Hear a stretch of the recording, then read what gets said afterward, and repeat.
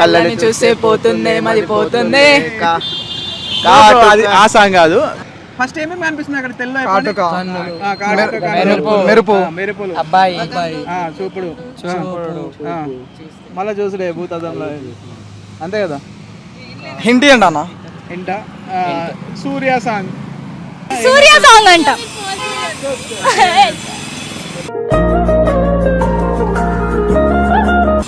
ఏమొస్తుంది మీకు? ఏం గుర్తొస్తుంది?